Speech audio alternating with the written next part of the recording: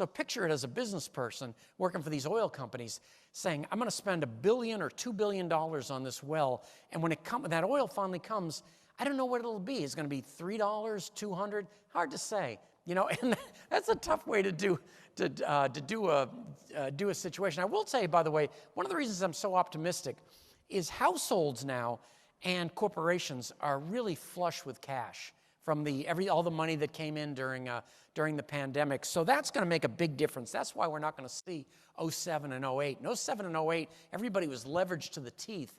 And when things began to topple, everybody collapsed. But that's not the balance sheet issue right now.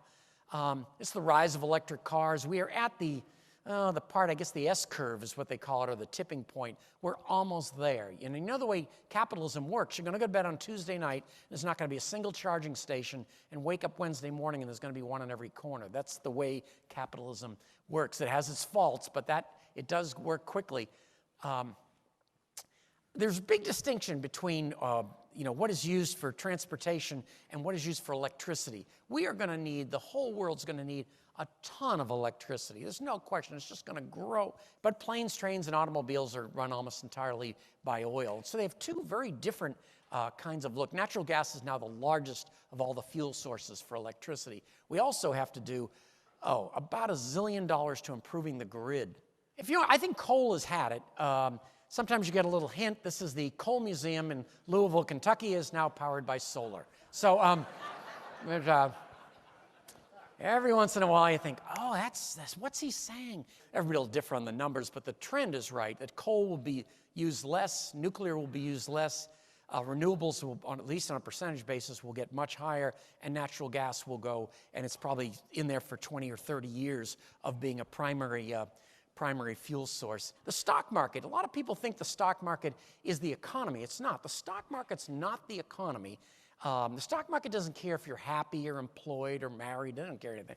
What they care about is a measure of future corporate profits. That's what they're estimating. And so generally the stock market isn't the economy, but it's usually about 6 to 9 months ahead of the economy. So we do get to see some sort of predictive power in the stock market. Another thing is important math, is if you take a big hit in a stock, and this year we've had a few stocks that have taken big hits, including mine, and if the market, let's do it this way, if a stock's at $20 a share and it drops to 10, that's a 50% drop. But in order to get the stock back from 10 to 20, you need a 100% increase, and that's the hole you dig yourself in.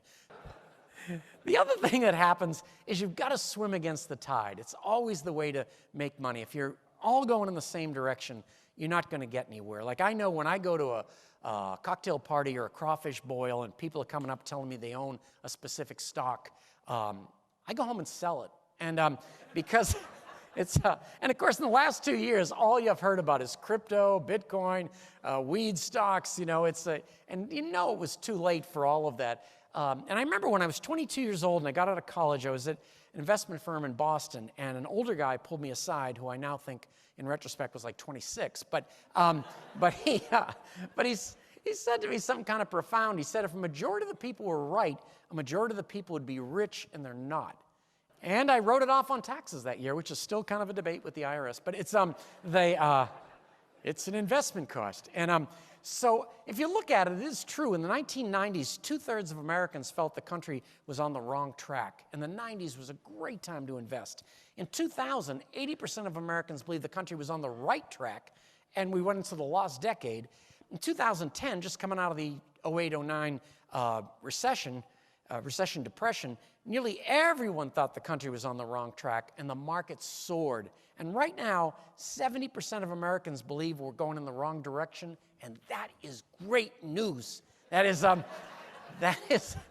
the way it works. So we have to listen.